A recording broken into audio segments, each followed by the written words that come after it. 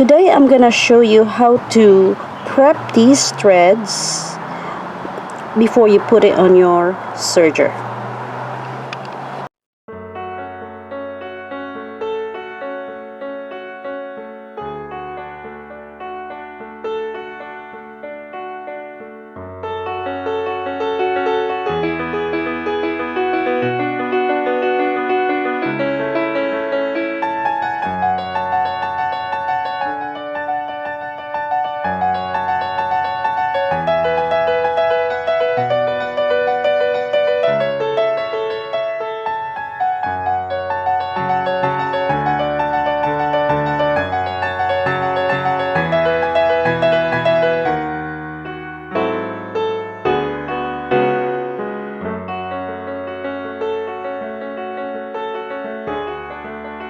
You see this different sizing of serger nets.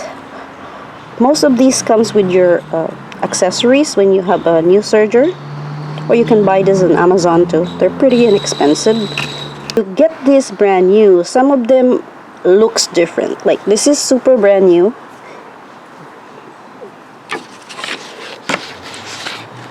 And it's very tight. Over time it will expand. This is also brand new from a different serger, completely different from this. Now why does that matter? It will matter sometimes, especially with the volume of thread that you're using. And I have this one as well. This is a different variety.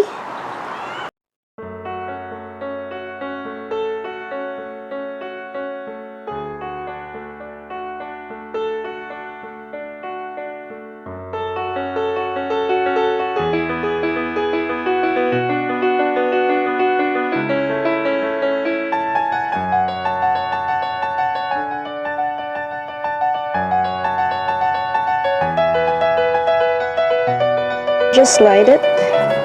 Take your time. Don't be in a hurry.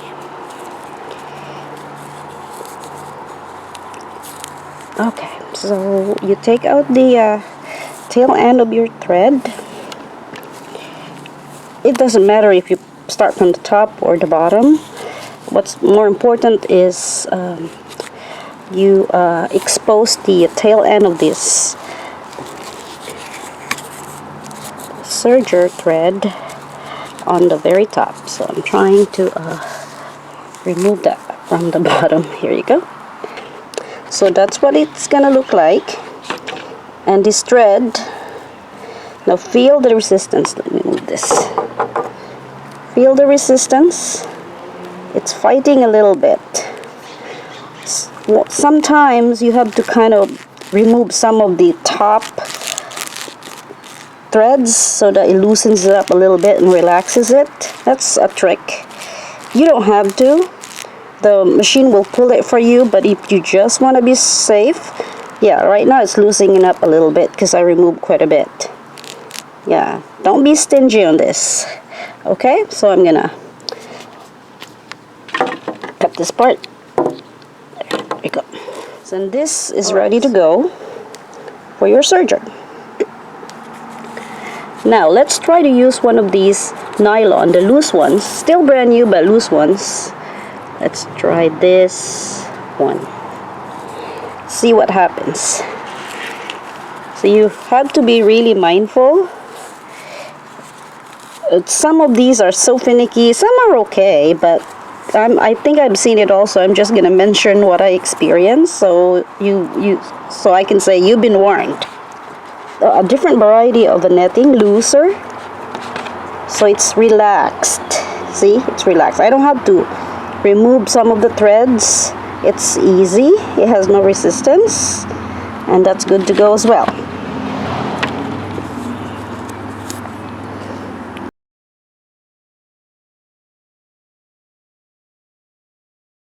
So I'm gonna use this serger net, and you can see that it's not the right height for this particular spool of thread, so you're welcome to trim that, but I would advise you to trim it right here on the neck part. So let's do that. So just kind of measure it like that, cut it, and then put it back. And same thing, you have to protrude the tail end of this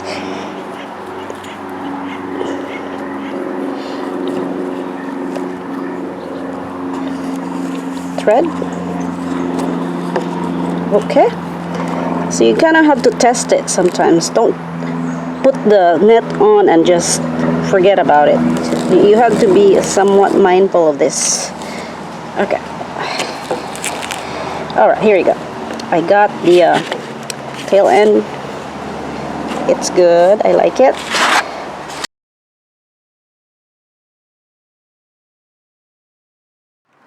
This particular thread is a shorter spool.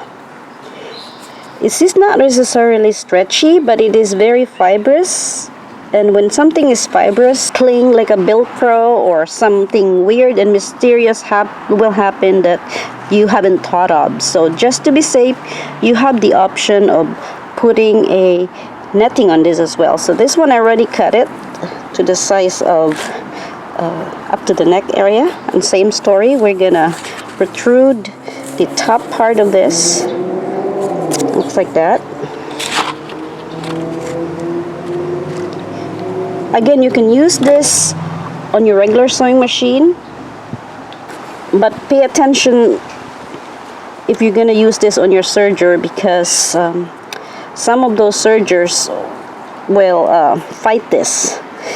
I mean, I would suggest you use this particular thread on the upper or lower looper, not necessarily on the left and right needles. And so now we're going to move on to this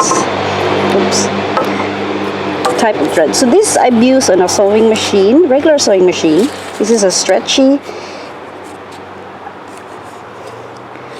thread by Coats and Clark called Eloflex. That's the brand name.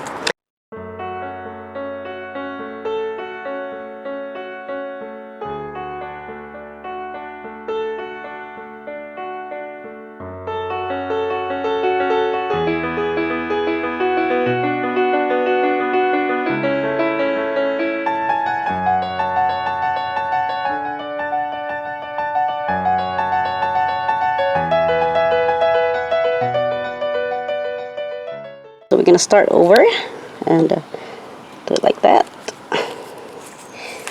It's a really good thread. Alright, so here you go.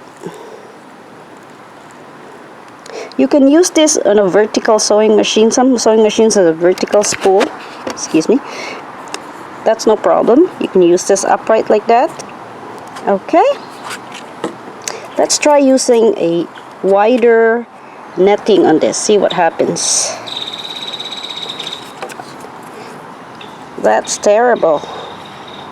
It just messes up. So the minute that you start your threading action here, it's just gonna be all over the place. So no good. So if you don't have an extra tight, snug netting, just let it go. Don't even bother.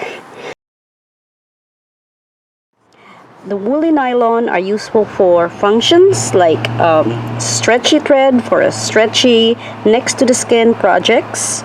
You can use this for decorative purposes if you want that fuzzy look.